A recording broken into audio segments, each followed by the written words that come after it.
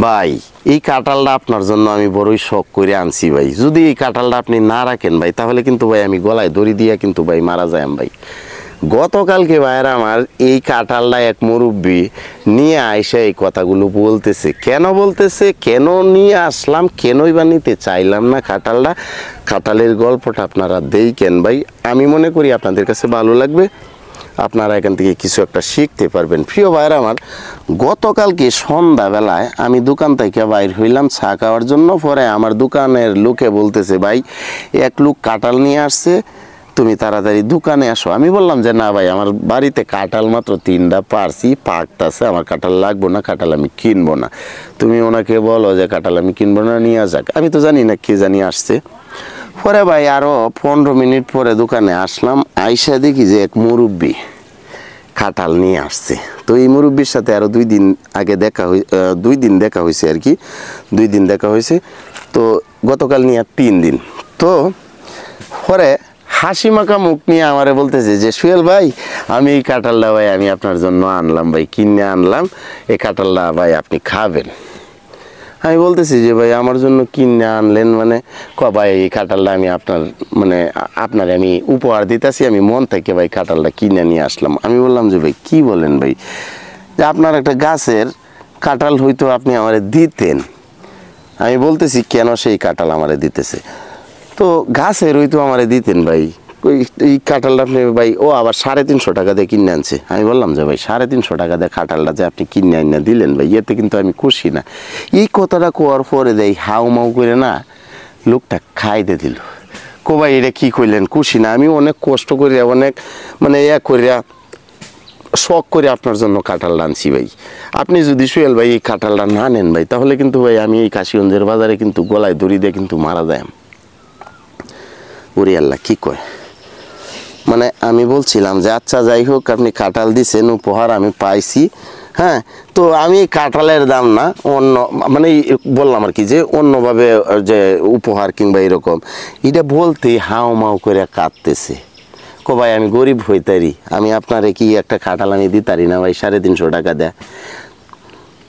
ভাই আমি না ভাষা হারাই আছি। অনেকেই বলতেছে যে আচ্ছা সোহেল ভাই আপনি টাকা টুকা মানে খাই দেন না, দিয়েন না। প্রিয় ভাইয়ের আমার, কেন এই কাজটা করলো সে জানেন? সে ঈদের 3-4 দিন পরে আমার দোকানও আসলো, আরেক ভাইয়ের দোকানও নিয়ে আইসা বলতেছে যে এই যে আমার ভাই সোহেল হ্যাঁ কইরা দিতে পারবো আপনার কাজটা, আপনি এখানে বসেন। পরে আমি তো আসলে বুঝতেছি না কি কাজ। পরে ঈদের বাজার ছিল এই সময়। পরে বললাম যে আচ্ছা মুরব্বী কেন আসলেন?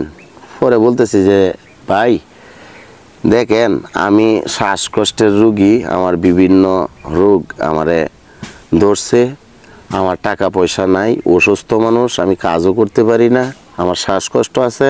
তো আমি মানুষের কাছে সাহায্য চাই। তো আমি যদি বারবার যদি কথা বইলে যদি আমি সাহায্য চাই, তাহলে আমি পারতাম না। আমারে একবারে রেকর্ডিং করে দিবেন, এটা বক্সে বাজবে সবসময়, আর আমি সাহায্য নেব মানুষের কাছ থেকে। পরে ভাই কথাগুলা সেই বলছে, আমি কি করলাম, আমি বললাম যে মানে তার বয়সটাই দেওয়া আর কি, আমার কোনো বয়স না। আমি বললাম যে আচ্ছা আপনি একটু কষ্ট করে কাল দিন পরে আসেন, খুব ঝামেলা তো আমার দোকানে। পরে কাল দিন পরে আবার ঠিকঠাক টাইমে আসলো। আসার পরে আমি দোকান বসায়া রেকর্ডিংটা করলাম। আমার কাছে একটা মেমোরি ছিল, ছোট্ট একটা মেমোরি, 2 GB মেমোরি। এই মেমোরিটা দিলাম, দেওয়ার পরে একটু প্রসেস কইরা এই বক্সে আমি দিলাম। পরে বাঁচতেছে। তো উনি আমার 500 টাকার একটা নোট দিল। নোট দিয়ে বলতেছে ভাই এখান থেকে টাকা রাখেন। আমি বললাম যে না সমস্যা নাই, এই মেমোরিটা যদি আপনার কাজে আসে তাহলে আমারও ভালো লাগবো, এটা আপনার আমি দিলাম। এমনিতেও এটা এমনিতে মানে বিক্রিও করা যাবে না, কে নিবি ভাই 2 GB মেমোরি? আমি দিয়ে দিলাম। দেখি ভাই এত খুশি হয়েছে মানুষটা, বলতেছে ভাই মন থেকে দোয়া রইল আপনার জন্য, এতক্ষণ কষ্ট করলেন, একটা টাকা নিলেন না, এমন করলো। আমি বললাম যে ভাই আমার জন্য দোয়া রাখেন। আচ্ছা যাই হোক, উনি চলে গেল। গতকালকে এই কাঁঠালটা নিয়ে আসলো। আয়শা কি বলল,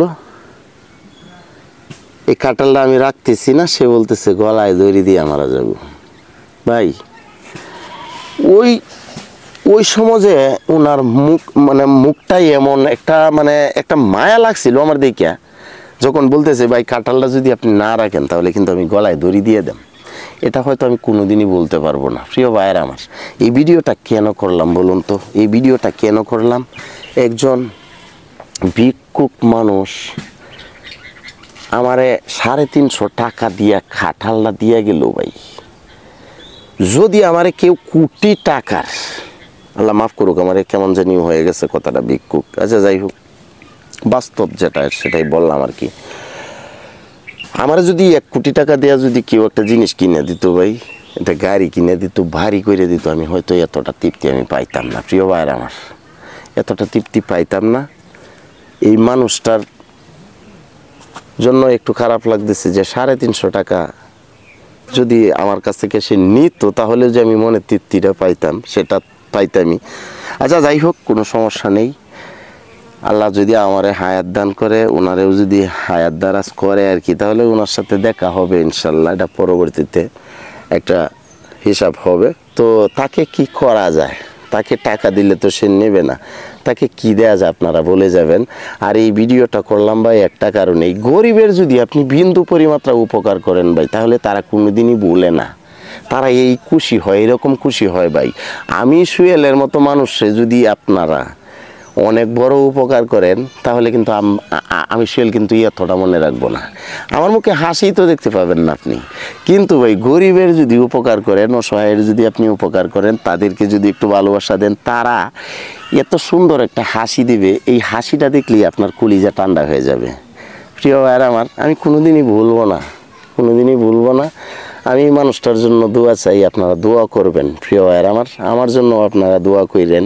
আমি যেন গরিব অসহায় মানুষের পাশে যেন আমি থাকতে পারি, যতদিন বাইচা আছি। আমি তাদের সুখ দুঃখগুলো যেন আমি কাছ থেকে যেন দেখতে পারি। আমি যেন তাদের পাশে গিয়া মাথাতে হাত দিয়া যেন এতটুকু বলতে পারি, চিন্তা করবেন না, আল্লাহ আছে, আমরা আছি তো আপনার পাশে। আমি এই কথাটুকু যেন আমি বলতে পারি অন্তত। প্রিয় ভাইয়ের আমার, এখান থেকে অনেক শিক্ষা, অনেক শিক্ষা ভাই। একটা কথা কি জানেন ভাই, মনের তৃপ্তি যদি আপনি আশা করেন, মনের ভেতরে যদি শান্তি আশা করেন, আমি মনে করি, আমি ছোট্ট মানুষ হিসেবে বলতেছি, ছোট ভাই হিসেবে বলতেছি, তাহলে গরিব অসহায় মানুষের উপকার করার চেষ্টা করবেন। তো প্রিয় ভাইয়ের আমার, আজ এ পর্যন্তই। আপনারা আমার পাশেই থাকেন, দোয়া রাখেন। আমি আপনাদের জন্য দোয়া করি, আল্লাহ তাআলা সর্বদাই আপনাদেরকে ভালো রাখুক, সুস্থ রাখুক। আসসালামু আলাইকুম।